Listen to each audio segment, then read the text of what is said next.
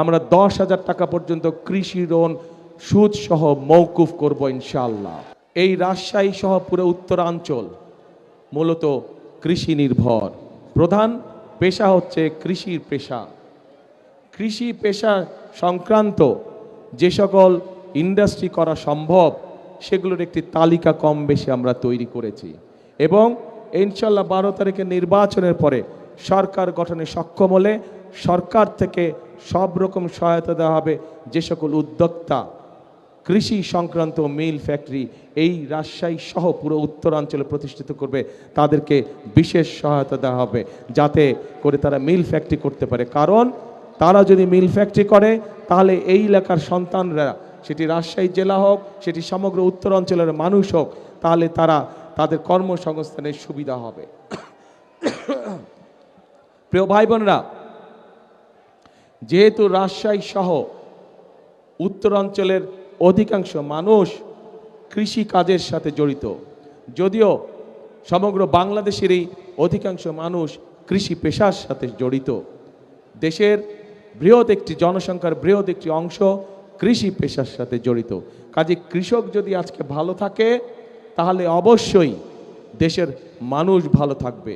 কৃষক যদি আজকে অর্থনৈতিকভাবে শক্তিশালীভাবে দাঁড়িয়ে থাকতে পারে তাহলে দেশের মানুষও সহজেই কৃষি উৎপাদিত যেগুলো পণ্য আছে সেগুলো তারা সহজেই তাদের ব্যবহারের জন্য ব্যবহার করতে পারবে সেগুলো। এবং সেই জন্যই কৃষক ভাইদেরকে সহযোগিতা করার জন্য আমরা ঠিক ফ্যামিলি কার্ড যেরকম মায়েদের হাতে পৌঁছে দিতে চাই, কৃষক ভাইদের জন্য আমরা কৃষি কার্ড একটি পৌঁছে দিতে চাই প্রত্যেক কৃষক ভাইদের কাছে, যার মাধ্যমে তারা ব্যাংকের ঋণ সহ, যার মাধ্যমে তারা সরকারের পক্ষ থেকে কীটনাশক ঔষধ, বীজ সহ, সার সহ এই সুবিধাগুলো সরাসরি আমরা কৃষক ভাইদের হাতে পৌঁছে দিতে চাই। এবং আমরা আরেকটি সিদ্ধান্ত নিয়েছি, আমরা হিসাব নিকাশ করে দেখেছি এবং তারপরে আমরা সিদ্ধান্ত নিয়েছি যে 10,000 টাকা পর্যন্ত যাদের কৃষি ঋণ এই মুহূর্ত পর্যন্ত আছে, ইনশাল্লাহ আগামী 12 তারিখে ধানের শীষ বিজয়ী সরকার গঠন করলে আমরা 10,000 টাকা পর্যন্ত কৃষি ঋণ সুদ সহ মওকুফ করব ইনশাল্লাহ। 10,000 টাকা পর্যন্ত কৃষি লোন সুদ সহ ইনশাল্লাহ আমরা মওকুফ করব ধানের শীষ ইনশাল্লাহ বিজয় হলে। আমরা পদ্মা ব্যারেজ নির্মাণের কাজে হাত দিতে চাই।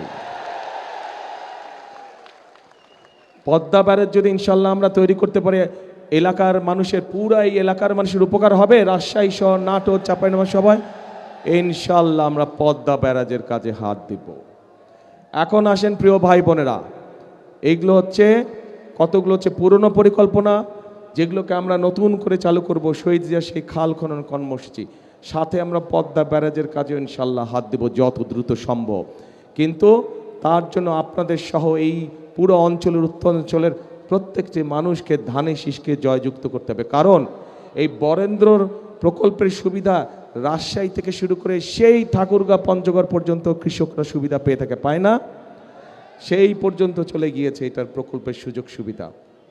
কাজেই সেটি পদ্মা ব্যারেজই হোক, প্রকল্প চালুই হোক না কেন, এটার সুবিধা সকল মানুষ পাবে। কৃষক পাবে, কিষাণ বোন পাবে, কৃষক ভাই পাবে, সাধারণ মানুষ পাবে। কারণ উৎপাদন যখন বাড়বে স্বাভাবিকভাবে নিত্য প্রয়োজনীয় জিনিসের দাম কমবে। কিন্তু একই সাথে আমাদেরকে নজর রাখতে হবে যাতে কৃষকরা তাদের উৎপাদিত পণ্য কোল্ড স্টোরেজে ঠিকভাবে রাখতে পারে, হিমাগারে রাখতে পারে। এই যে এখানে আম বাগান, আমাদের এই যে চাপাই শহর রাজশাহীর যে আম বাগান, আমাদের এখানে আমকে সংরক্ষণ করার জন্য কোনো হিমাগার নেই। আমাদের পরিকল্পনার মধ্যে একটি আছে কিভাবে আমকে সংরক্ষণ করা যায়, আরও বেশি কিছুদিন রাখা যায়, সেটা পরীক্ষা নিরীক্ষা করে আমরা আমের জন্য হিমাগার তৈরি করতে চাই এই এলাকায়।